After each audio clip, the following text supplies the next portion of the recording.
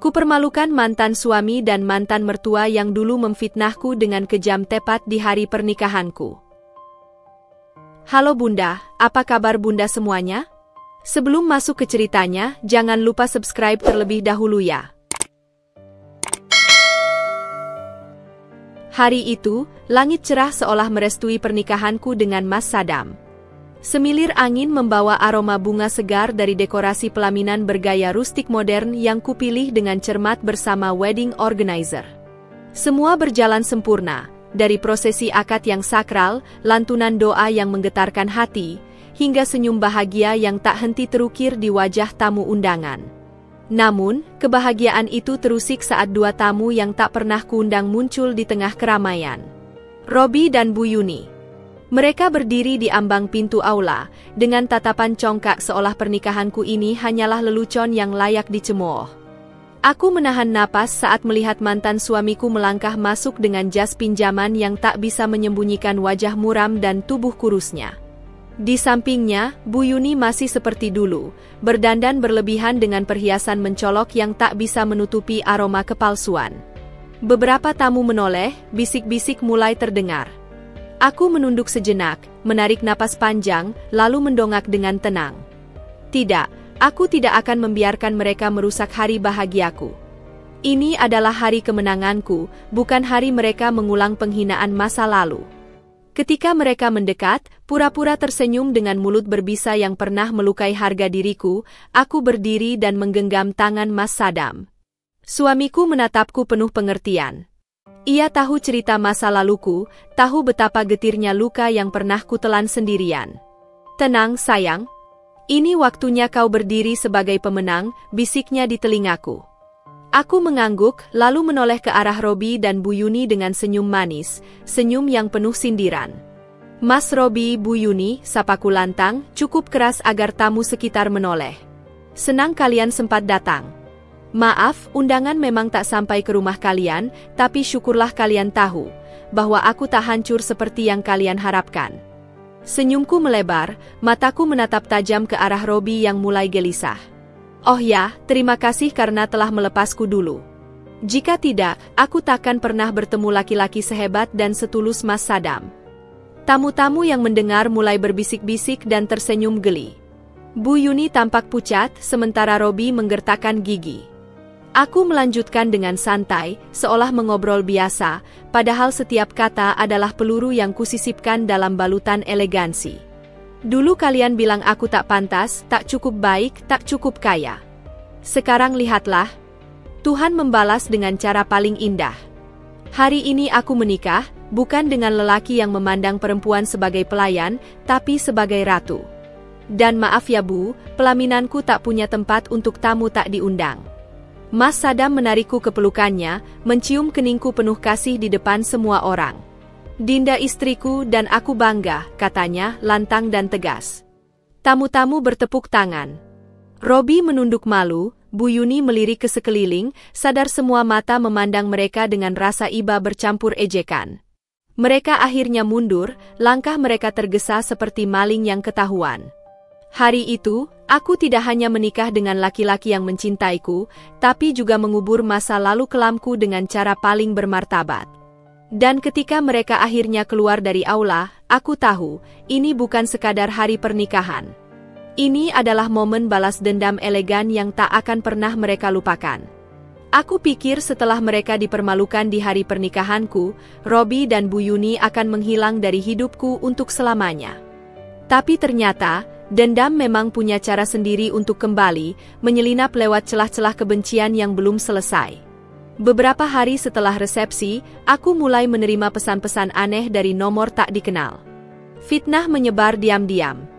Dari katanya aku perempuan matre, penjilat harta, hingga rumor bahwa pernikahanku dengan Mas Sadam hanyalah jebakan manis demi kekayaan. Aku tersenyum getir membaca semuanya. Tak sulit menebak siapa dalangnya. Suatu sore, aku mendengar dari salah satu rekan bisnis Mas Sadam bahwa nama kami mulai digosipkan di grup komunitas pengusaha daerah. Ada tuduhan bahwa aku dulu janda yang menyamar jadi wanita baik-baik untuk menjerat pria kaya. Narasi murahan yang terlalu familiar, gaya bicara khas Bu Yuni. Satu hal yang membuatku tak habis pikir, mengapa mereka masih menggangguku? Bukankah mereka sudah kalah? Atau memang, kalah di depan banyak orang membuat ego mereka tak bisa menerima kenyataan bahwa perempuan yang dulu mereka injak, kini berdiri lebih tinggi dari mereka? Aku sempat marah, tentu saja. Aku ingin membalas, membongkar semua kelakuan mereka satu persatu ke publik. Tapi Mas Sadam memelukku lembut malam itu. Ia mengusap rambutku, mencium dahiku, dan berkata dengan nada penuh ketenangan yang anehnya justru menenangkan hatiku. Biarkan mereka, Din. Kebenaran akan terbuka sendiri. Yang hina akan tenggelam oleh perbuatannya sendiri. Dan kamu nggak perlu turun ke level mereka untuk membuktikan dirimu. Kata-kata itu membuat hatiku perlahan mereda, meski belum sepenuhnya tenang. Tapi aku tahu, aku harus tetap cerdas. Mereka memainkan api, dan aku takkan memadamkannya dengan bensin, melainkan dengan bukti yang suatu hari akan kubuka. Aku mulai mengumpulkan potongan-potongan informasi, tanpa sepengetahuan siapapun. Jika mereka ingin berperang, aku tak akan mundur. Tapi kali ini, aku akan melawan bukan dengan emosi, melainkan dengan bukti dan strategi. Karena aku tahu, ketika kebenaran meledak, suara ledakannya akan jauh lebih memekakkan dibandingkan ocehan fitnah mereka. Dan malam itu, di atas balkon rumah baruku bersama Sadam, aku menatap langit yang mulai gelap. Di balik bintang-bintang, aku bersumpah dalam hati, jika mereka pikir ini sudah selesai, mereka salah besar. Ini baru permulaan. Dendamku belum selesai. Dan kali ini, aku tak akan ragu mengakhirinya, dengan cara paling menyakitkan namun bermartabat. Aku selalu tahu bahwa Robi menyimpan banyak rahasia selama kami menikah dulu, tapi tak pernah kuduga bahwa apa yang kutemukan sekarang akan jauh lebih busuk dari bayanganku. Semuanya bermula ketika seorang pria datang ke butikku, seorang kurir tua dengan wajah kusut dan langkah gontai. Ia datang membawa surat yang ditujukan padaku, tanpa pengirim. Aku nyaris menolaknya, tapi rasa penasaranku lebih besar. Ketika kubuka, mataku membelalak. Itu bukan surat biasa, melainkan fotokopi dokumen pinjaman atas nama Robi, lengkap dengan tanda tangannya. Total utangnya ratusan juta. Tak lama berselang, seseorang meneleponku. Suaranya berat, dingin, dan terdengar berbahaya. Ibu Dinda, kami hanya ingin tahu, apakah Anda bersedia melunasi utang suami Anda yang dulu? Aku terkesiap. Dia bukan suami saya lagi, kataku tegas. Kalau begitu, kami akan mencari dia langsung. Tapi jika terjadi sesuatu, jangan salahkan kami.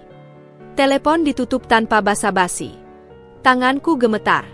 Aku tahu dunia Robi sedang terbakar, dan ia sedang panik mencari siapapun yang bisa dijadikan pelampiasan atau penyelamat. Dan seperti yang kuduga, keesokan harinya, Robi muncul di tempat parkir butikku. Penampilannya berantakan, rambut acak-acakan, kemeja lusuh, dan wajahnya tampak letih luar biasa. Ia tersenyum pahit saat aku keluar dari butik, seolah senyuman itu bisa menutup kebusukan niatnya. Dinda, kita bisa bicara sebentar? Katanya dengan suara rendah. Aku menatapnya dingin. Aku sedang sibuk, Robi. Namun dia tak menyerah. Ia menghalangi langkahku, wajahnya berubah serius. Aku butuh bantuan.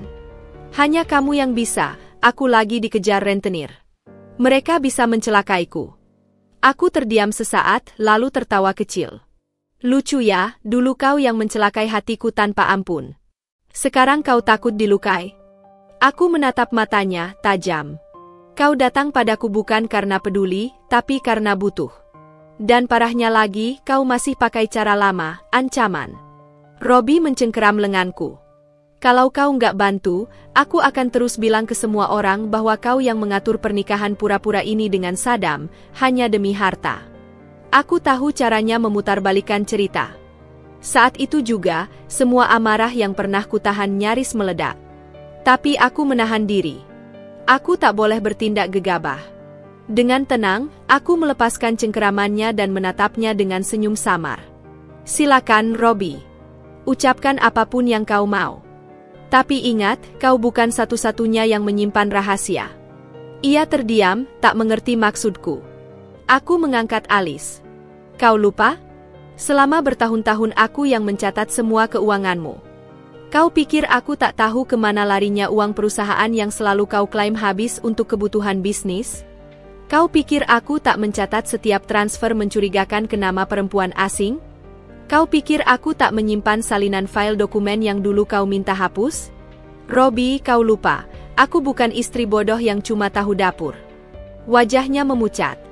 Untuk pertama kalinya, Robi benar-benar terlihat takut di hadapanku.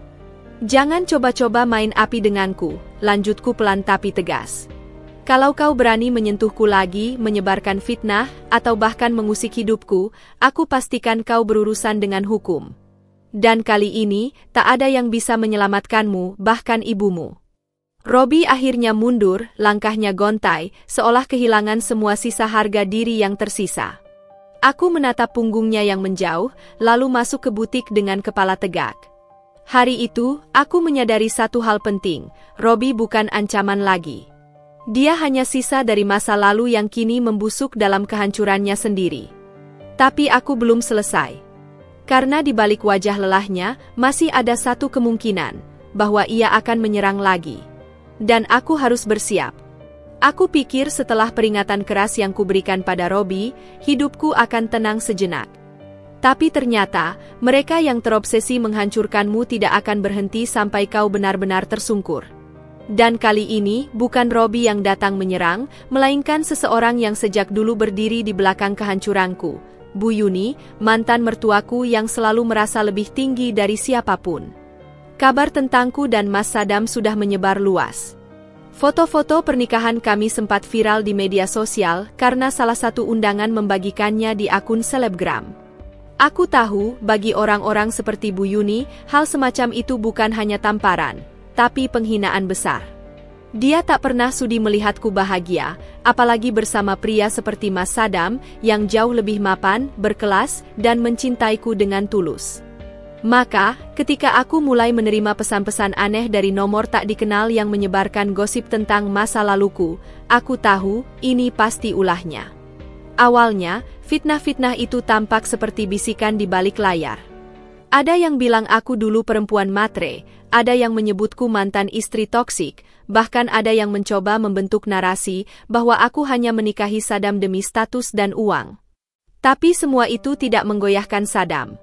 Dia terlalu cerdas untuk percaya omong kosong seperti itu. Sampai suatu malam, Sadam pulang dengan wajah serius dan selembar amplop di tangannya.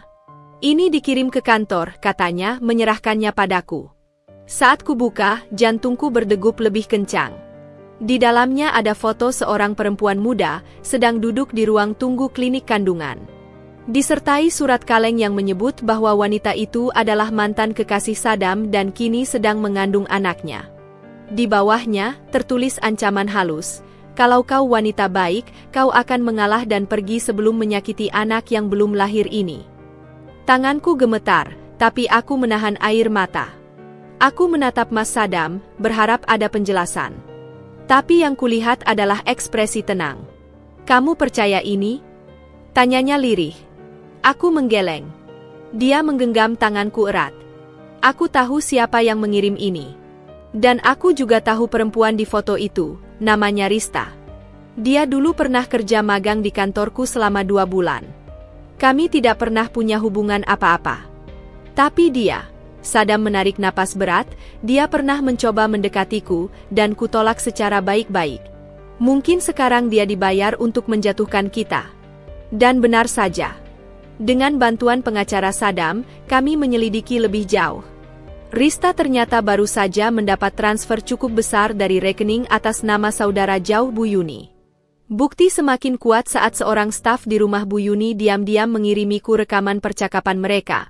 Bu Yuni mengatur segalanya, bahkan mengajarkan Rista cara berpura-pura menangis jika bertemu media. Aku merasa muak. Rasanya seperti dipaksa kembali ke masa ketika aku harus membela diri sendirian melawan keluarga yang selalu menganggapku tak cukup layak. Tapi kali ini berbeda. Aku tak sendiri. Aku punya Sadam. Dan bersama-sama, kami memutuskan untuk membongkar konspirasi ini di hadapan keluarga besar Sadam yang mulai terpengaruh gosip murahan itu. Hari itu, langit Jakarta sedang mendung, dan udara terasa lembab meski belum turun hujan. Aku dan Mas Sadam baru saja menghadiri undangan seminar bisnis di sebuah hotel berbintang di pusat kota. Setelah acara selesai, aku meminta izin untuk menunggu di lobi sambil menikmati teh panas, sementara Sadam melanjutkan ngobrol sebentar dengan relasinya. Aku duduk di sofa empuk bernuansa krem, mataku sesekali memandangi lalu lalang tamu hotel yang hilir mudik, sebagian besar tampak sibuk dan elegan, khas pebisnis ibu kota. Tapi siapa sangka, dari semua kemungkinan yang bisa terjadi hari itu, justru semesta mempertemukanku dengan masa lalu, dalam bentuk seseorang yang begitu akrab sekaligus menyakitkan. Dia datang dari arah lift. Langkahnya tak berubah, sedikit congkak, seolah dunia berputar di porosnya sendiri. Pria itu, yang dulu pernah kupanggil suami, Robi. Tapi bukan kehadirannya yang mengejutkanku. Di sampingnya ada seorang pria lain, dan aku mengenali wajah itu, Arman, sahabat Robi dulu, yang entah kenapa jarang muncul saat rumah tanggaku mulai runtuh. Kedua mata mereka langsung tertuju padaku. Robi tampak kaget, tapi cepat memasang senyum tipis. Arman, sebaliknya, terlihat sedikit canggung. Entah kenapa, justru dia yang lebih dulu menghampiriku. "Dinda?" Sapanya dengan suara agak lirih. Aku berdiri perlahan, menjaga ketenangan. Robi menyusul, masih dengan gaya sok percaya dirinya. "Wah, ternyata benar. Kamu sekarang istri pengusaha besar, ya? Hebat juga, Din." "Jangan mulai, Robi," potongku tajam. Dia menahan senyum, lalu bersandar santai di tiang marmer di samping sofa. Tapi aku fokus pada Arman. Dia tampak resah, seperti seseorang yang menyimpan sesuatu terlalu lama dan ingin segera melepaskannya. "Aku minta maaf, Din. Dulu aku tahu banyak soal Robi, tapi aku diam. Karena aku pikir itu urusan kalian berdua, dan aku gak mau ikut campur. Tapi setelah tahu kamu diperlakukan seperti itu, aku nyesel. Apalagi pas lihat kamu sekarang, udah jauh lebih bahagia," ucapnya. Aku tertegun. Mataku menatap lurus padanya. Aku mengangguk pelan. "Apa yang kamu tahu, men?" Tanyaku, suaraku rendah, nyaris seperti bisikan. Robi tampak gelisah. Udahlah, gak usah ungkit masa lalu. Toh, kamu udah dapat pengganti yang lebih kaya kan? Jangan bikin drama di lobi hotel." Tapi Arman mengabaikan Robi. Ia merogoh ponselnya dan menunjukkan beberapa foto. "Ini cuma sebagian. Tapi aku simpan karena aku gak tahan lihat kamu terus difitnah. Waktu kalian masih nikah, Robi selingkuh dengan beberapa perempuan, Din. Dan salah satunya adalah sekretarisnya sendiri.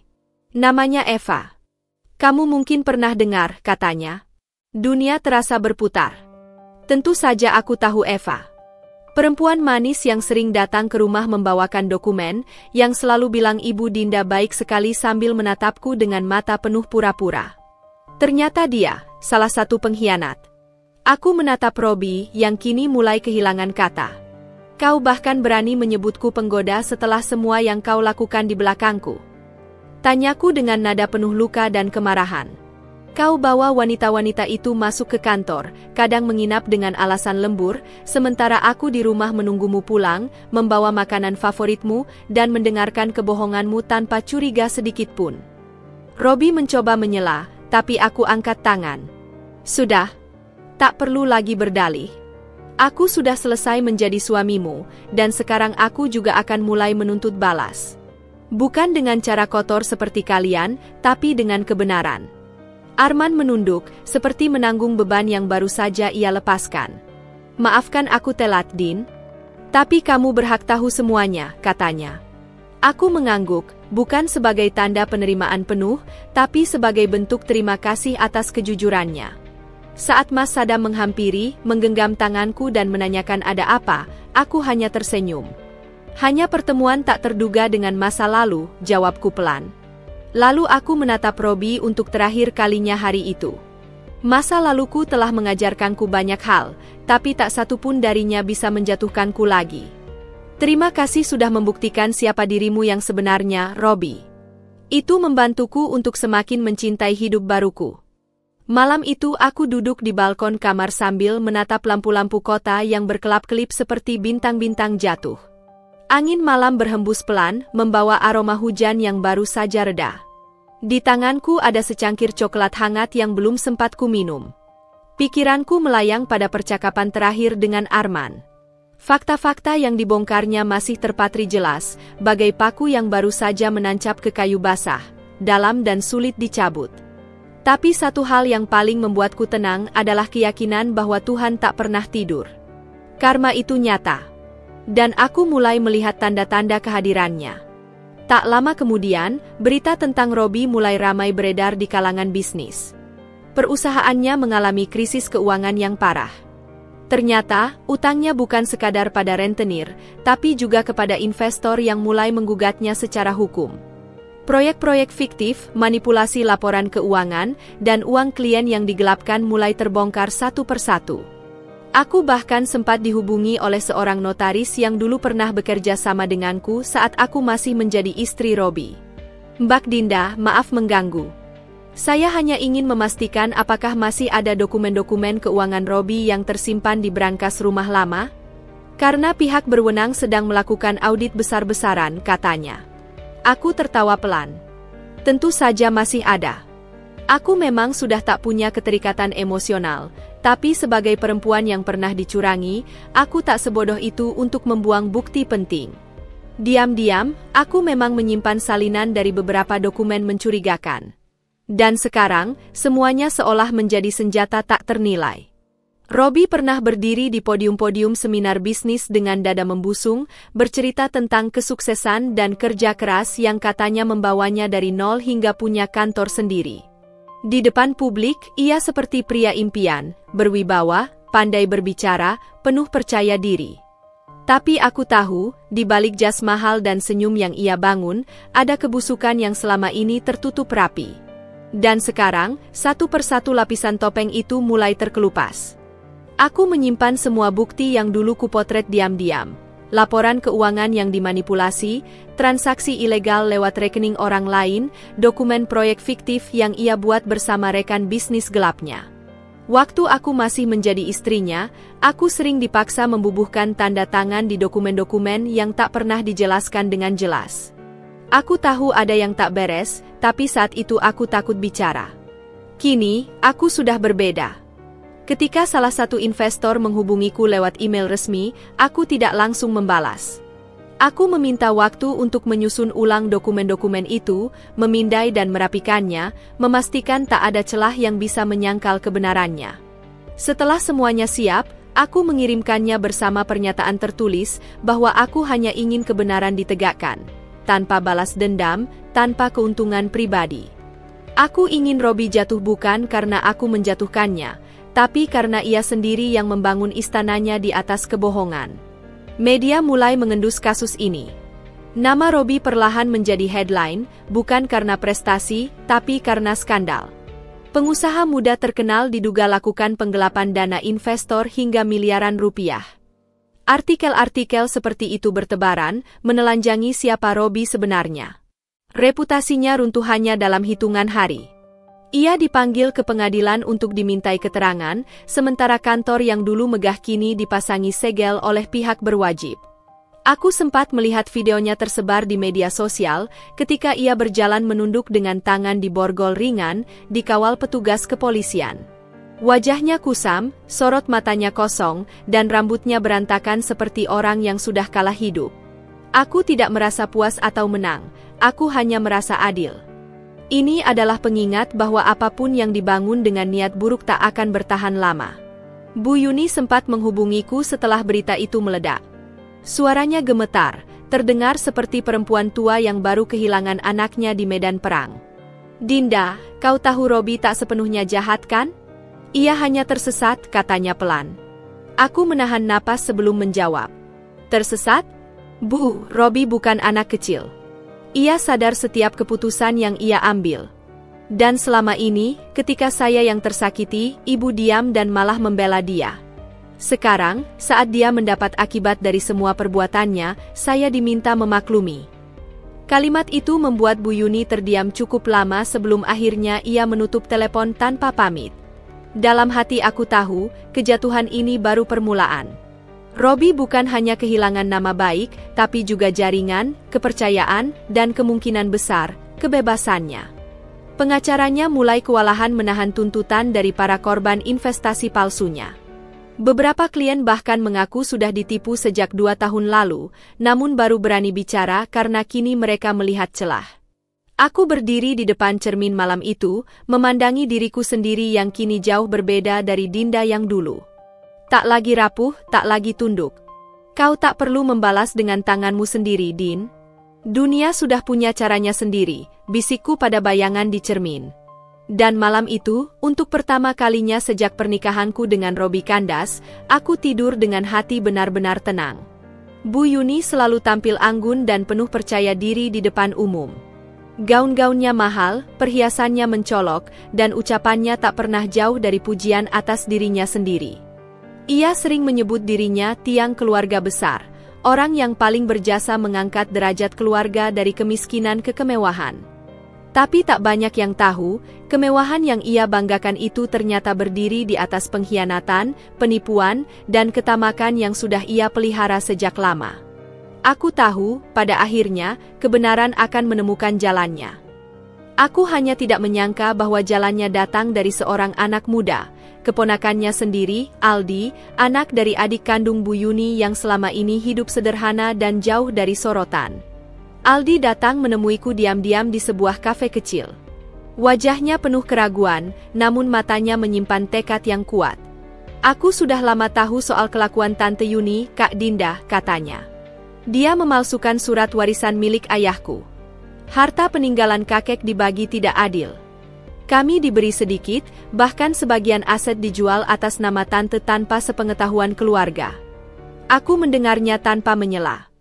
Aldi kemudian mengeluarkan beberapa dokumen, salinan akta tanah, surat kuasa waris, dan beberapa bukti transfer uang dalam jumlah besar ke rekening pribadi Bu Yuni, semuanya berlangsung setelah kematian ayah Aldi, yang notabene adalah adik kandung Bu Yuni sendiri.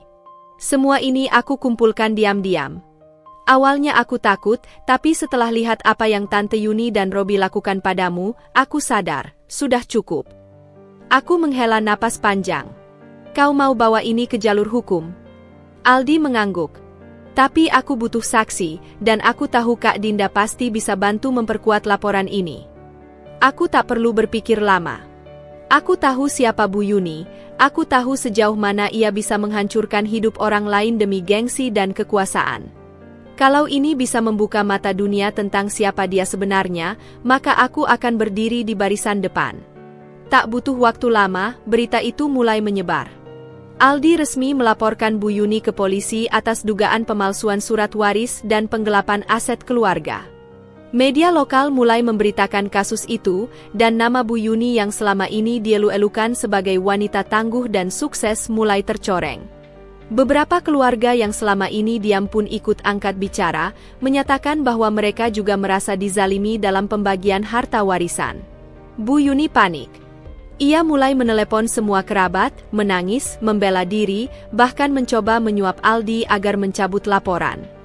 Tapi semuanya sudah terlambat. Aldi sudah memutuskan berdiri di pihak keadilan, dan aku pun bersaksi di hadapan hukum bahwa selama menikah dengan Robi, aku sering mendengar sendiri rencana licik sang mertua untuk menguasai semua aset keluarga besar demi dirinya sendiri dan anak tunggalnya. Hari itu, aku melihat Bu Yuni datang ke kantor polisi dengan kacamata hitam dan masker, berjalan terburu-buru, seolah ingin menghindari sorotan kamera wartawan. Tapi lensa kamera tetap menangkapnya. Sorot mata bangganya dulu kini berubah jadi kepanikan. Aura superioritasnya luluh lantak. Ia tak lagi madam yang dihormati, tapi hanya seorang wanita tua yang ketamakan dan kesombongannya menjerumuskannya sendiri ke jurang kehancuran. Aku duduk di ruang tamu rumah sambil menonton berita itu lewat televisi. Mas Sadam yang duduk di sebelahku menggenggam tanganku erat. "Kau baik-baik saja?" tanyanya. Aku tersenyum tipis. Aku tidak bahagia melihat dia menderita, Mas. Tapi aku lega, karena keadilan akhirnya datang. Dulu, dia yang merendahkanku sebagai menantu tak berguna, sekarang dia harus menghadapi kenyataan bahwa topengnya sudah runtuh. Sejak hari itu, Bu Yuni dijauhi oleh banyak kerabat. Grup keluarga yang dulu ia kuasai dengan narasi ibu paling berjasa perlahan hening, lalu hilang satu persatu. Ia hidup dalam ketakutan, menghindari keramaian, bahkan tetangga pun mulai bisik-bisik tiap kali ia lewat. Ia sakit-sakitan, tidak hanya karena usia, tapi juga karena tekanan mental yang ia tanggung. Dan untuk pertama kalinya, ia tahu rasanya menjadi orang yang dipermalukan di depan umum. Di sisi lain, hubungan pernikahan bukan hanya tentang cinta dan tawa. Kadang, ujian datang justru ketika kita merasa paling bahagia. Sejak berita tentang Bu Yuni tersebar luas dan kasusnya menjadi konsumsi publik, tekanan demi tekanan mulai menghampiri rumah tanggaku dan Mas Sadam. Bukan dari orang asing, melainkan dari keluarga besar Sadam sendiri.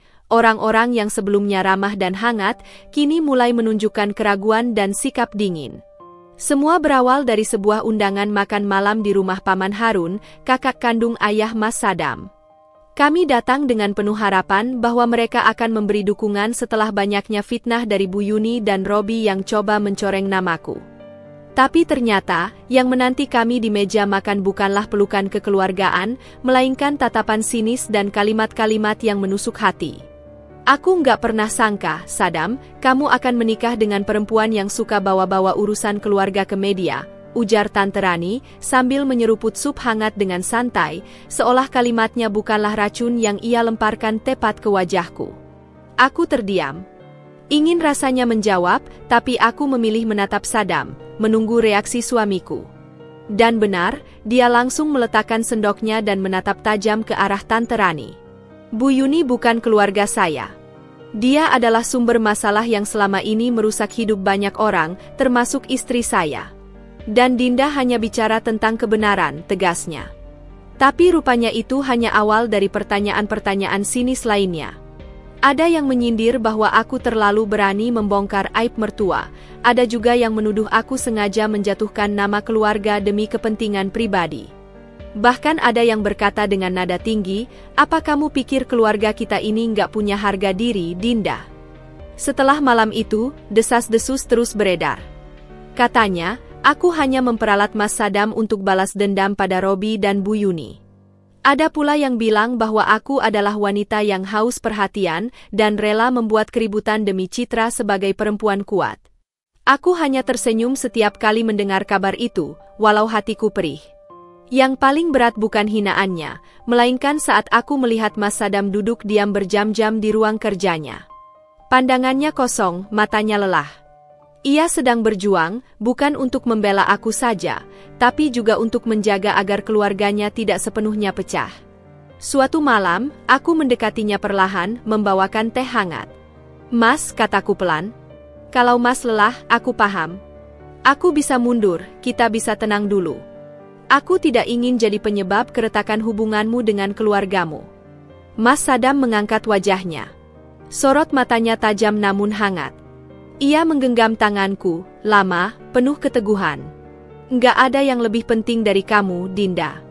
Aku mencintaimu, bukan karena kamu sempurna, tapi karena kamu selalu jujur dan berani. Mereka yang memilih percaya pada fitnah, itu urusan mereka. Aku tahu siapa istriku. Aku menangis malam itu, bukan karena sedih, tapi karena bahagia. Di saat seluruh dunia meragukanku, satu orang ini memilih untuk percaya, berdiri di sampingku tanpa ragu. Cinta kami mungkin tidak sempurna, tapi fondasinya kuat. Kepercayaan, kesetiaan, dan keberanian menghadapi badai bersama. Tak lama kemudian, Mas Sadam mengambil langkah besar. Ia mengundurkan diri dari Dewan Keluarga yang selama ini mengikatnya dalam segala keputusan bisnis warisan. Aku ingin hidup dengan tenang. Aku ingin membangun masa depan bersama Dinda, bukan bersama orang-orang yang bahkan tak tahu arti kasih, katanya tegas saat menyerahkan surat pengunduran dirinya. Keputusan itu membuat gempar. Banyak yang marah, ada yang mencibir. Tapi kami justru merasa lega. Beban perlahan terangkat, dan kami mulai menyusun hidup kami sendiri, tanpa bayang-bayang nama besar keluarga atau tekanan ekspektasi orang lain. Kami memilih jadi versi terbaik kami sendiri, meski jalannya lebih sunyi dan menanjak. Dan aku tahu, badai ini belum usai. Tapi satu hal yang pasti, aku tidak akan pernah sendiri lagi. Mas Sadam adalah rumahku. Dan bersama dia, aku siap menghadapi apapun. Malam itu, gemerlap lampu dan suara dentingan gelas menyambutku di acara gala amal tahunan yang dihadiri para tokoh penting dari berbagai kalangan. Aku dan Mas Sadam hadir sebagai tamu kehormatan karena kami baru saja menyumbangkan dana besar untuk pembangunan sekolah di desa terpencil. Gaunku malam itu berwarna emas gading, sederhana namun anggun, dipadukan dengan selendang lembut yang menjuntai di bahu. Mas Sadam menggandengku dengan bangga, dan kami tampak sempurna. Setidaknya hingga dua wajah dari masa lalu tiba-tiba mencuat dari kerumunan. Robi dan Bu Yuni. Aku sempat membeku, tapi bukan karena takut, melainkan karena geli. Mereka datang dengan percaya diri seolah masih punya tempat di lingkaran elit. Bu Yuni berdandan berlebihan, mencoba tampil mewah dengan perhiasan mencolok yang tak bisa menutupi aura putus asanya. Sementara Robi, pria itu tampak lebih kurus, jasnya tidak pas badan, dan matanya sembab, penuh dendam yang tak padam. Mereka jelas tak diundang. Namun seperti biasa, keduanya selalu tahu cara menyusup ke ruang yang bukan milik mereka. Bu Yuni mendekat, senyumnya getir. Kau memang pandai memilih panggung, Dinda. Sekarang kau merasa menang? Aku menoleh pelan, lalu mengedarkan pandangan ke sekeliling. Di sana ada wartawan, tokoh masyarakat, bahkan beberapa pengusaha yang ku kenal baik. Semua mendengarkan. Maka aku pun memutuskan, jika ini panggung, aku akan menyelesaikan pertunjukan dengan gemilang. Aku tidak merasa menang, Bu, kataku dengan suara cukup lantang. Tapi aku memang tidak pernah bermain kotor seperti kalian. Aku tidak pernah menusuk dari belakang, tidak mencuri hak orang lain, dan tidak hidup dari kebohongan. Suasana ruangan menjadi hening. Semua mata kini tertuju padaku. Dan saat Robi menyela, suaranya terdengar getir. Kamu selalu merasa paling benar, Din. Tapi kamu lupa siapa yang dulu minta-minta dinikahi. Aku tersenyum kecil. Aku mengeluarkan ponselku, menyambungkannya ke layar besar di panggung yang sebelumnya disiapkan untuk presentasi donasi. Dalam hitungan detik, terpampanglah serangkaian bukti. Transferan dana ke rekening perempuan yang diakui Robi sebagai rekan kerja, foto-foto saat ia keluar dari hotel dengan wanita berbeda, dan rekaman suara saat ia mengancamku untuk memberi uang demi membayar utangnya. Ini adalah siapa kamu sebenarnya, Robi. Dan ini, aku menoleh pada Bu Yuni, adalah hasil didikan seorang ibu yang rela mengorbankan harga diri demi status semu. Kau menyuap wanita agar mengaku sebagai mantan kekasih suamiku, padahal kamu sendiri selama ini menipu keluargamu. Wajah Bu Yuni memucat. Ia mencoba meraih pundakku, tapi Mas Sadam berdiri di depanku dan mencegahnya. Jangan sentuh istriku lagi. Kalian sudah terlalu banyak menyakiti orang. Dan malam ini cukup, ucapnya tegas. Seseorang dari tamu, ternyata pengacara keluarga dari salah satu kerabat Bu Yuni, berdiri dan berseru, kami sudah melaporkan Bu Yuni atas manipulasi dokumen warisan. Dan sekarang kepolisian sedang memprosesnya, kami menunggu klarifikasi malam ini. Bu Yuni langsung goyah. Wajahnya pucat pasi dan tubuhnya limbung.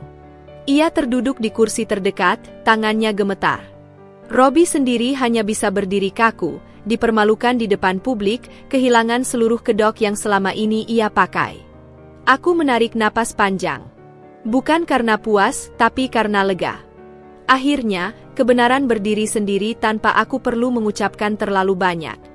Balas dendam terbaik, kataku lirih kepada Sadam, bukan dengan membalas dengan cara yang sama. Tapi dengan membiarkan dunia melihat siapa mereka sebenarnya, dan siapa kita sebenarnya. Malam itu, kami pulang tanpa harus berkata lebih. Tapi seluruh ruangan telah menyaksikan siapa pemenangnya, dan siapa yang akhirnya menuai akibat dari kejahatan masa lalu mereka. Setelah malam itu, kehidupan kami berubah. Segala drama, segala cobaan yang datang dari masa lalu, seakan terhapus dalam sekejap. Perasaan lega yang semula terasa seperti beban berat di pundak, kini terasa ringan. Bu Yuni dan Robi tidak lagi mampu menggoyahkan langkah kami.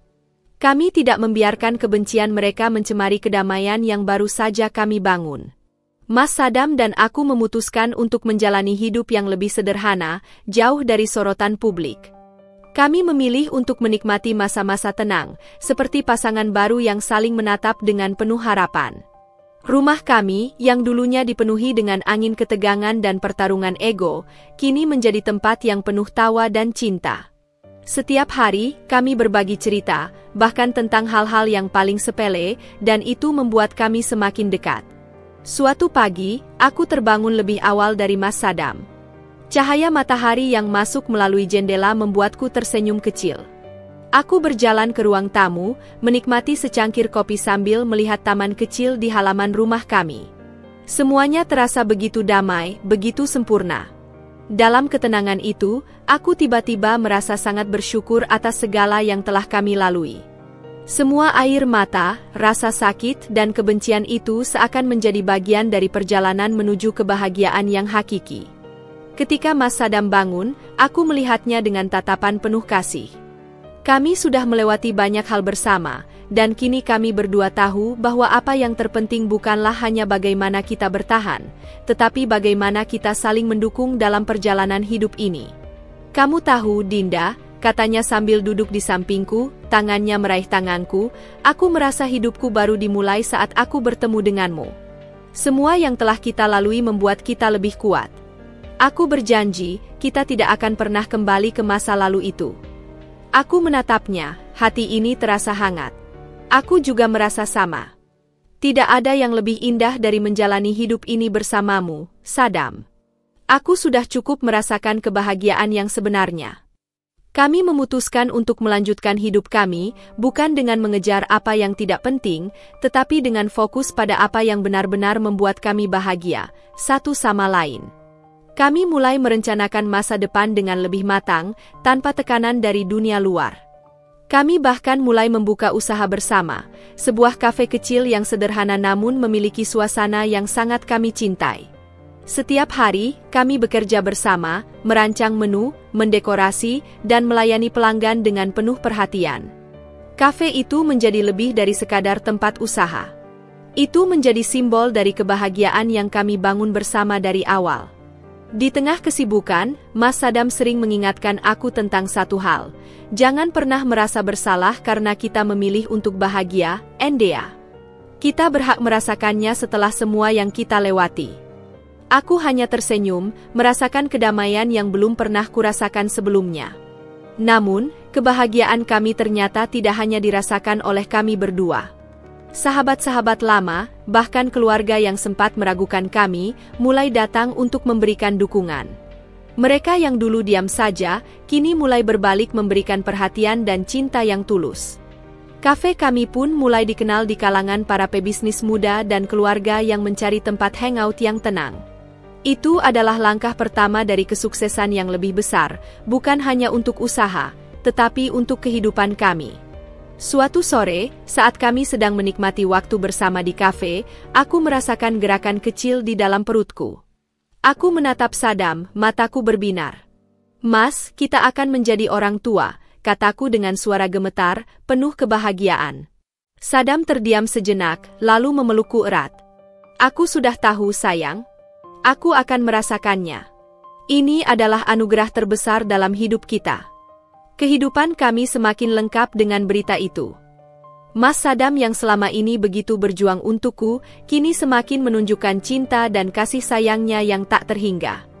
Kami tahu bahwa semua yang terjadi, baik suka maupun duka, telah membentuk kami menjadi pribadi yang lebih kuat, lebih saling mengerti, dan lebih sabar.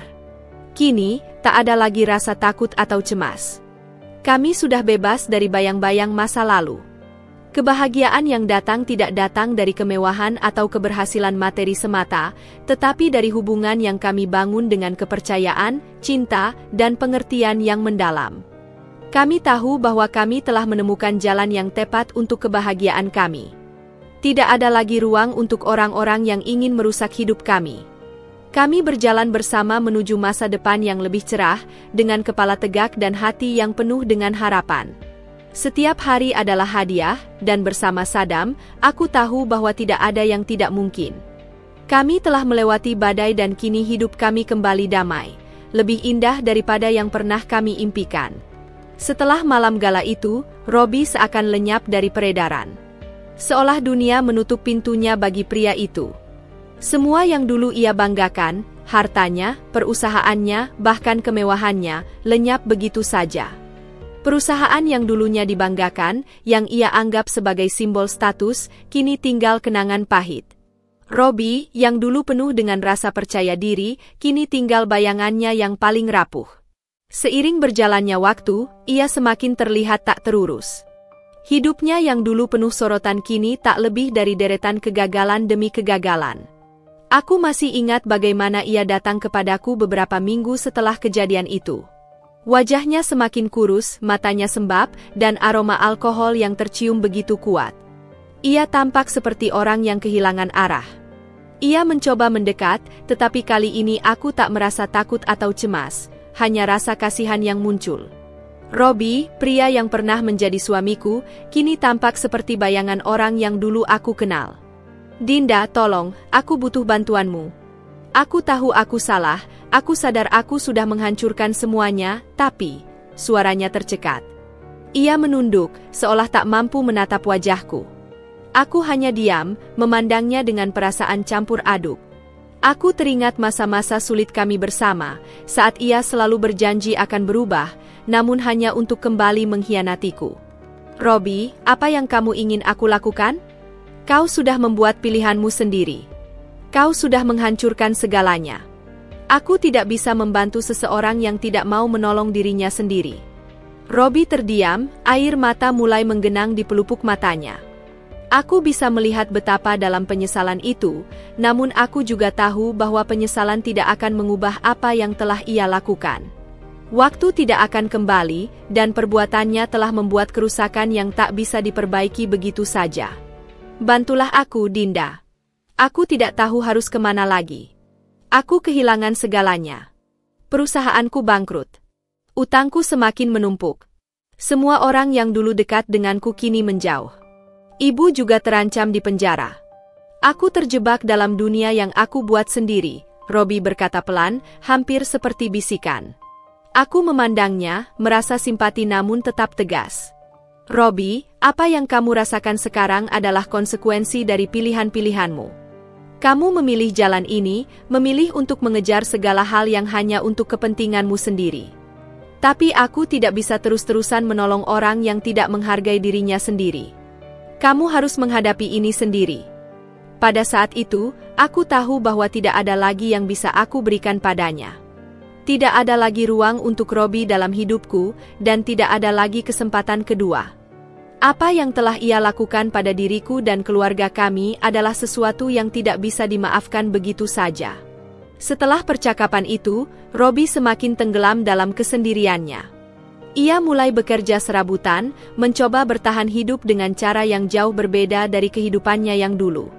Beberapa kali aku mendengarnya melalui berita atau gosip dari teman-teman lama, ia tidur di hotel murah, makan seadanya, bahkan terkadang terlihat berjalan kaki karena tidak mampu membeli mobil. Semua yang dulu ia anggap sebagai simbol kekuasaan kini hilang tanpa bekas. Semua orang yang dulu mendukungnya, yang pernah ia manfaatkan untuk keuntungan pribadi, kini menjauh darinya. Robbie yang dulu selalu tampak memegang kendali hidup, kini hanya tampak seperti bayangannya yang paling rapuh. Aku mendengar dari beberapa teman bahwa ia terlibat dalam berbagai pekerjaan yang tidak terhormat. Dari bekerja di pabrik kecil hingga menjadi sopir taksi online, semuanya ia lakukan untuk bertahan hidup. Itu adalah titik terendah yang tak pernah ia bayangkan akan ia alami. Dulu, Robbie selalu berambisi menjadi orang paling sukses yang tak terjangkau oleh siapapun. Namun sekarang, dia adalah seseorang yang terbuang, seorang pria yang terjerat dalam jebakan yang ia buat sendiri. Mas Saddam seringkali berkata, terkadang, orang hanya belajar dari kesalahan mereka setelah mereka benar-benar jatuh. Aku mengerti maksudnya, tapi aku juga tahu bahwa tak ada yang bisa membuat Robbie bangkit kecuali dirinya sendiri. Ia harus belajar untuk menghargai diri dan menghormati orang lain jika ia ingin keluar dari keterpurukan ini. Namun aku juga menyadari bahwa tidak semua orang mampu melakukan itu, dan aku tidak bisa terus-terusan berharap. Pada suatu hari, aku mendengar bahwa Robbie mencoba menghubungiku lagi. Ia meminta bertemu, tetapi kali ini aku sudah tidak merasa terikat lagi padanya. Aku tahu apa yang ingin ia katakan, dan aku sudah terlalu lelah untuk mendengarkan permintaan maaf yang kosong. Robbie, kataku dalam hati, jalanmu sudah berbeda. Aku sudah memilih hidupku yang baru, dan aku tidak bisa kembali. Seiring berjalannya waktu, Robbie semakin terisolasi dari dunia.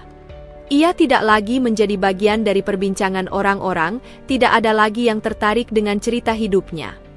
Hanya ada kesendirian yang semakin menggenggamnya, dan aku tahu, dalam kesendirian itulah dia benar-benar akan menemukan siapa dirinya yang sebenarnya.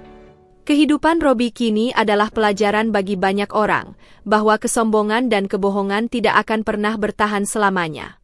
Karma memang tidak datang cepat, tetapi ia selalu datang pada waktunya. Dan saat karma itu datang, ia akan membawa serta segala yang kita lakukan dengan mata terbuka, baik atau buruk. Setelah sekian lama menjalani hidup dalam kebohongan dan manipulasi, akhirnya karma menjemput Bu Yuni dengan cara yang tidak pernah ia duga. Selama bertahun-tahun, Bu Yuni selalu tampil sempurna di hadapan keluarga besar, memanipulasi setiap orang agar terus mendukungnya dalam meraih tujuan pribadi. Ia selalu memiliki cara untuk mengendalikan setiap situasi, bahkan memanfaatkan keluarganya untuk mendapatkan apa yang ia inginkan. Dengan kelicikan yang sudah teruji, ia berhasil menguasai harta keluarga yang seharusnya dibagi rata dan membuat dirinya tampak tak tergoyahkan oleh apapun. Namun, semua itu tidak berlangsung lama. Satu persatu, kebohongannya mulai terbongkar. Salah satu keponakannya, yang selama ini berada di bawah bayang-bayang Bu Yuni, akhirnya menemukan bukti-bukti dari manipulasi yang dilakukan oleh wanita itu. Kabar ini segera menyebar seperti api yang cepat menjalar. Meskipun Bu Yuni berusaha mengelak dan mengancam dengan segala cara, bukti yang ditemukan sudah terlalu kuat untuk diabaikan. Dokumen-dokumen yang ia sembunyikan dan manipulasi atas harta warisan itu terlalu terang untuk ditutupi lagi. Keponakannya yang dulunya merasa terperangkap dalam kekuasaan Bu Yuni, kini berdiri tegak melawan tantenya sendiri. Keluarga besar yang selama ini mendukung Bu Yuni mulai mempertanyakan segala tindakan dan kebijakannya. Mereka mulai mencurigai bahwa selama ini mereka hanya digunakan sebagai alat untuk memenuhi keinginan pribadinya. Satu persatu, saudara-saudara Bu Yuni mulai menjauh, melepaskan diri dari pengaruhnya.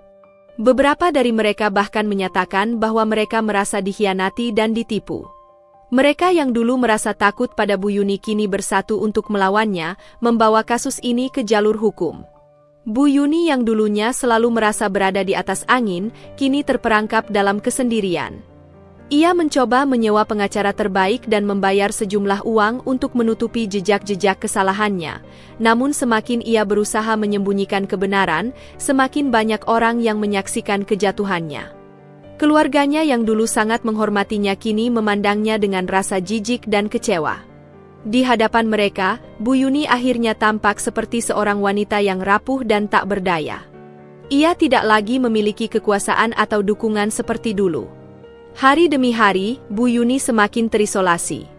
Ia yang dulu selalu menjadi pusat perhatian kini hanya bisa mengurung diri di rumahnya, menyendiri dalam rasa malu yang mendalam. Tidak ada lagi yang datang menjenguk, tidak ada lagi yang menawarkan bantuan. Semua orang menghindarinya, bahkan teman-temannya yang dulu selalu ada di sisinya kini memalingkan muka. Tidak ada yang ingin terlibat dengan seseorang yang sudah terjerat begitu dalam kejahatan. Kehidupan Bu Yuni yang dulu mewah dan penuh kemewahan kini berubah total. Ia sempat tinggal sendirian di rumah besar yang dulunya ia banggakan, namun rumah itu kini terasa sepi dan hampa. Setiap sudut rumah itu mengingatkan dirinya pada masa lalunya yang penuh tipu daya. Tidak ada lagi kegembiraan yang dulu menghiasi hidupnya, hanya ada kesepian yang semakin menghimpitnya. Ia sering terlihat termenung di jendela, memandang dunia luar yang kini seakan tak menyertainya lagi. Sementara itu, keluarga besar yang pernah dijajah oleh Bu Yuni kini mulai membangun kembali hubungan mereka, menyembuhkan luka-luka yang telah lama dipendam. Mereka mulai mendekat satu sama lain, saling memberi dukungan dan menguatkan. Mereka menyadari bahwa selama ini mereka terlalu lama terjebak dalam kebohongan Bu Yuni. Dengan saling mendukung, mereka memulai perjalanan baru tanpa lagi dibayangi oleh wanita yang telah memanfaatkan mereka selama ini. Di tengah-tengah kesendirian Bu Yuni, ia juga terancam di penjara karena kasusnya itu. Muncul rasa penyesalan yang tak pernah ia rasakan sebelumnya. Pada malam-malam sunyi, ia sering terbangun dalam kegelapan, memikirkan keputusan-keputusan yang telah ia buat. Ia menyadari bahwa segala kebohongan dan manipulasi yang ia lakukan akhirnya membawa kehancuran pada dirinya sendiri. Ia menghabiskan banyak waktu untuk merenung, namun penyesalannya tidak bisa mengubah apapun. Ia sudah terlalu jauh dalam menjalani hidup dengan cara yang salah. Sementara kehidupan kami bersama Mas Sadam semakin terasa sempurna, terutama setelah saya hamil. Rasanya, dunia kami seakan terbalik, dan kebahagiaan yang kami rasakan tak bisa diungkapkan dengan kata-kata. Momen itu menjadi simbol dari segala perjuangan yang kami lalui bersama. Dari masa-masa sulit setelah perceraian saya dengan Robi, hingga menghadapi segala rintangan yang datang dari Bu Yuni dan segala drama yang sempat mengusik kebahagiaan kami, kini kami berdiri tegak dengan kepala tinggi, siap untuk memulai babak baru dalam hidup kami. Setiap hari, saya merasakan keajaiban yang tumbuh dalam perut saya. Awalnya, saya tidak percaya bahwa saya bisa merasakan kebahagiaan ini. Saya yang dulu terpuruk dalam pernikahan yang penuh pengkhianatan dan air mata, kini diberkahi dengan kesempatan kedua untuk mencintai dan dicintai sepenuh hati. Mas Sadam, suami yang selalu mendukung dan mengerti saya, semakin menunjukkan cintanya dengan cara yang tidak pernah saya bayangkan. Ia selalu ada di sisi saya, menemani setiap langkah, bahkan dalam momen-momen sulit sekalipun. Mas Sadam sangat sabar dan penuh perhatian selama kehamilan saya. Setiap kali saya merasa lelah atau mual, ia selalu memastikan saya merasa nyaman. Ia menjadi suami yang luar biasa, tidak hanya sebagai pasangan, tetapi juga sebagai sahabat yang bisa saya andalkan dalam segala hal. Saya bisa melihat betapa ia begitu ingin menjadi ayah yang terbaik untuk anak kami. Saya bahkan bisa merasakan semangatnya setiap kali ia berbicara tentang masa depan kami sebagai keluarga. Dan saya, dengan segala kebahagiaan yang saya rasakan, mulai membayangkan bagaimana rasanya melihat anak kami tumbuh, bermain, dan menjalani hidup dengan penuh cinta. Pagi itu, saat kontraksi pertama datang, saya merasa campur aduk. Ada rasa takut, cemas, dan bahagia yang bercampur aduk dalam dada saya. Mas Sadam langsung membawa saya ke rumah sakit, mengantarkan saya dengan penuh ketenangan meskipun saya bisa merasakan kegelisahannya. Kami berdua tidak tahu apa yang akan terjadi, tetapi satu hal yang pasti, kami akan menghadapinya bersama. Setiap detik yang berlalu seakan berjalan sangat lambat. Di ruang rumah sakit yang dingin dan steril, saya merasakan perasaan yang tak terungkapkan. Semua perjuangan, kesedihan, dan kebahagiaan yang telah kami lalui kini terasa seperti sebuah perjalanan panjang yang menuju ke titik puncaknya, kelahiran anak kami yang pertama. Proses kelahiran tidak mudah. Rasa sakit datang bergelombang, tetapi saya tahu saya tidak sendirian. Mas Sadam ada di samping saya, memegang tangan saya dengan erat, memberikan kata-kata penyemangat yang membuat saya merasa kuat. "Kamu hebat, Endea. Ini untuk kita, untuk masa depan kita." Kata-kata itu memberi saya kekuatan yang luar biasa. Saya bisa merasakan cinta dan harapan yang ada di dalamnya, dan itu membuat saya tidak merasa sendirian. Saya bisa merasakan bagaimana hatinya berdebar-debar, bagaimana ia ingin melihat anak kami lahir ke dunia dengan selamat. Akhirnya, setelah berjam-jam berjuang, saya mendengar suara tangisan kecil yang membuat saya terharu. Seperti mimpi, saya melihat bayi laki-laki kami untuk pertama kalinya. Mas Sadam tersenyum lebar. Air mata kebahagiaan mengalir di pipinya. "Ini anugerah terbesar untukku," katanya, memeluk kami berdua dengan penuh kasih sayang. Rasanya dunia kami berubah dalam sekejap. Di balik semua perjuangan dan kesulitan yang pernah kami alami, inilah hadiah yang paling indah, kehadiran seorang anak yang akan mewarnai hidup kami dengan kebahagiaan yang tak ternilai. Mas Sadam tidak bisa berhenti mengungkapkan kebahagiaannya. Ia mencium pipi saya dan berkata, "Terima kasih, Endea. Kamu luar biasa." Saya merasa bahwa saat ini, semuanya terasa benar. Semua luka masa lalu telah sembuh, dan kini kami memiliki masa depan yang cerah bersama anak kami. Saya memandang bayi kami yang terbaring di pelukan kami, dengan matanya yang masih setengah tertutup, namun penuh dengan rasa ingin tahu. Saya tahu, perjalanan kami sebagai keluarga baru saja dimulai, dan ini adalah awal dari segalanya. Hari-hari setelah kelahiran bayi kami dipenuhi dengan kebahagiaan yang melimpah. Mas Sadam sangat terlibat dalam setiap langkah perawatan anak kami. Ia membantu saya mengganti popok, menyiapkan makanan, dan bahkan menyanyikan lagu pengantar tidur. Setiap kali saya melihatnya tersenyum melihat anak kami, saya merasa semakin jatuh cinta padanya. Ia adalah suami dan ayah yang sempurna, dan saya tahu bahwa anak kami akan tumbuh dalam cinta yang tak terhingga. Kami memberi nama anak kami dengan penuh cinta, mengingatkan kami pada segala perjuangan dan kebahagiaan yang telah kami lalui. Nama itu melambangkan harapan dan cinta kami untuk masa depan yang lebih baik. Setiap hari, kami menikmati kebersamaan sebagai keluarga kecil yang bahagia. Setiap tawa bayi kami, setiap langkah kecil yang ia ambil, adalah kebahagiaan yang tidak ternilai harganya. Kami merasa sangat bersyukur atas anugerah ini, dan kami tahu bahwa ini adalah hidup yang kami impikan. Hidup yang penuh dengan cinta, kebahagiaan, dan masa depan yang cerah. Di hari-hari yang penuh kebahagiaan ini, saya sering teringat pada Bu Yuni dan Robi, mereka yang telah mencoba merusak hidup saya di masa lalu. Namun, kini saya hanya bisa tersenyum. Kami telah melewati segalanya, dan kehidupan kami telah menemukan kedamaian yang sejati. Mereka mungkin masih berjuang dengan karma mereka, tetapi saya tidak lagi merasa terikat pada masa lalu. Yang penting sekarang adalah masa depan kami, keluarga kami, dan kebahagiaan yang akan terus kami jaga bersama. Hari itu, saya sedang duduk di teras rumah baru kami, menikmati secangkir teh hangat sambil memandangi pemandangan indah di luar. Saya merasa tenang, seperti seluruh hidup saya akhirnya berada pada tempat yang tepat. Namun, ketenangan itu terganggu ketika saya mendengar deringan pintu yang berbunyi, tanda bahwa seseorang sedang berdiri di depan pintu rumah kami. Saya membuka pintu dan terkejut ketika melihat Robi berdiri di sana, wajahnya terlihat lelah dan penuh penyesalan. Bagaimana bisa Robi mengetahui rumah baru kami? Ia tampak berbeda dari pria yang dulu saya kenal. Tidak ada lagi ekspresi sombong atau angkuh di wajahnya. Yang ada hanya ketegangan dan keputusasaan. Matanya yang dulu selalu terlihat tajam dan penuh rasa percaya diri kini tampak lesu, penuh rasa bersalah yang terpendam. Tidak seperti biasanya, ia tidak mengeluarkan sindiran atau ucapan yang menyakitkan. Sebaliknya, ia terlihat lebih rapuh, bahkan cemas. Saya terdiam beberapa detik, ragu untuk menyambutnya. Setelah apa yang dia lakukan kepada saya, apakah saya masih punya hak untuk merasa simpatik? Namun, saya tahu bahwa ini adalah pertemuan yang tak terhindarkan, dan saya harus menghadapinya dengan kepala tegak. "Dinda," katanya pelan, suaranya bergetar. Aku datang untuk meminta maaf." Mendengar kata-kata itu, saya merasa seolah-olah waktu berhenti.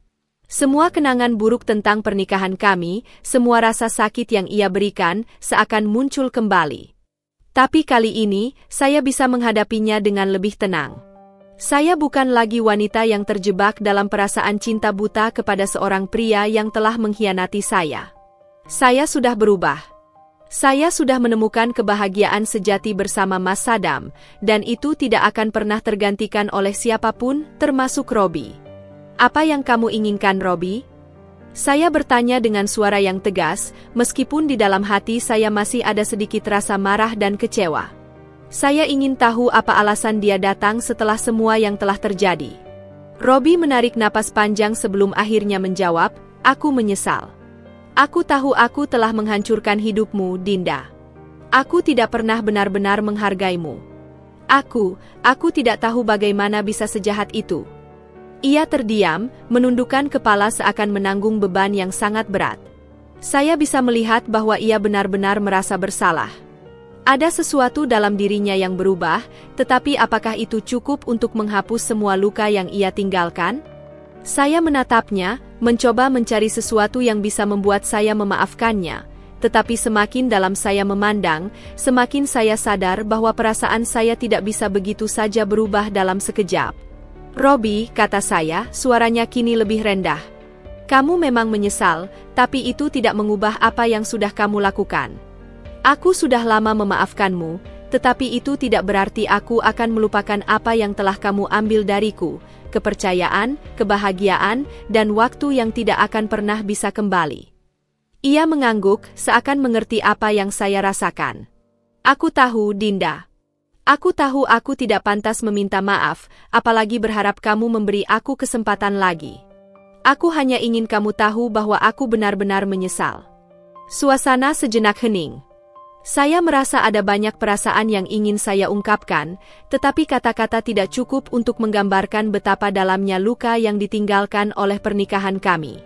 Robbie, saya melanjutkan, hidupku sudah berbeda sekarang. Aku sudah bahagia dengan Mas Saddam. Kami membangun hidup baru, dan aku tidak akan pernah kembali ke masa lalu. Saya berhenti sejenak, melihatnya dengan penuh keyakinan. Aku memaafkanmu, tapi aku juga harus melanjutkan hidupku. Aku ingin kamu tahu bahwa apa yang kamu lakukan itu benar-benar telah mengubah banyak hal dalam hidupku. Aku tidak akan pernah jadi seperti dulu. Aku lebih kuat sekarang. Ia menatap saya dengan mata yang penuh penyesalan. Aku tahu. Aku tidak mengharapkan apapun darimu, selain agar kamu tahu aku menyesal. Dan aku berharap suatu hari nanti, kamu bisa memaafkanku sepenuhnya. Aku ingin kamu bahagia.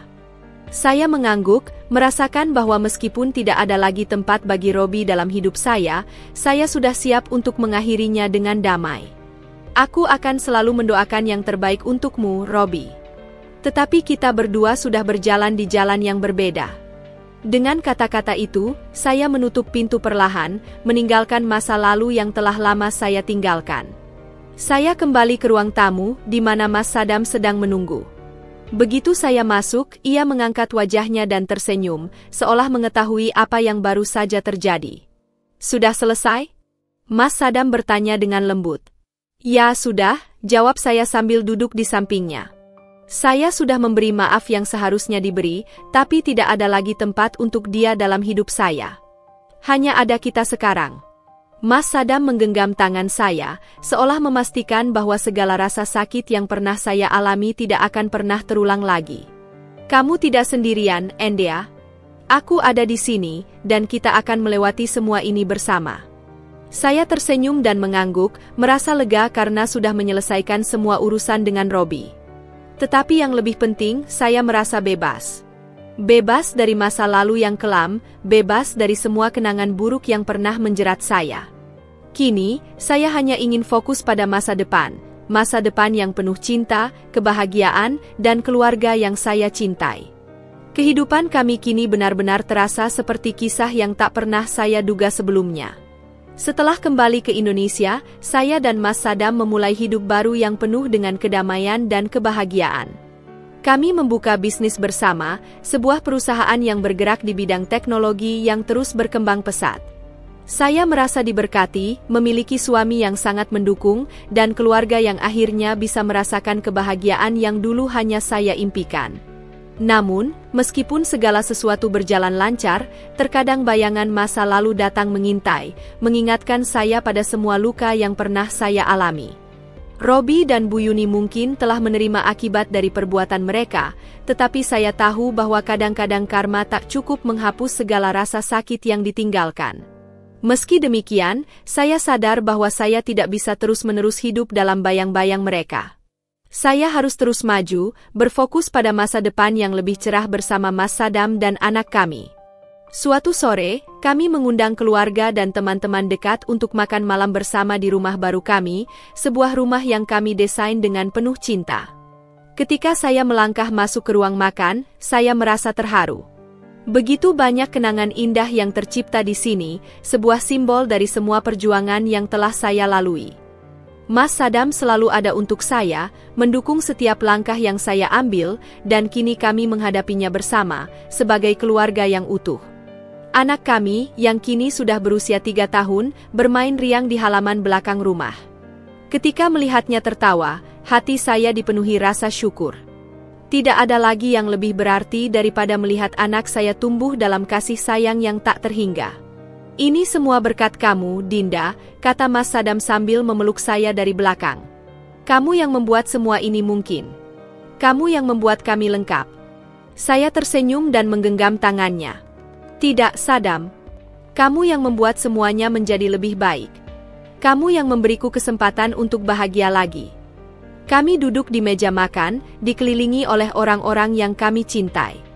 Keluarga saya, teman-teman dekat, bahkan beberapa sahabat lama yang dulu sempat meragukan keputusan saya, semuanya hadir. Mereka semua tersenyum, berbicara tentang masa depan yang cerah dan penuh harapan. Saya merasa damai, merasa bahwa saya tidak lagi terikat oleh masa lalu yang kelam.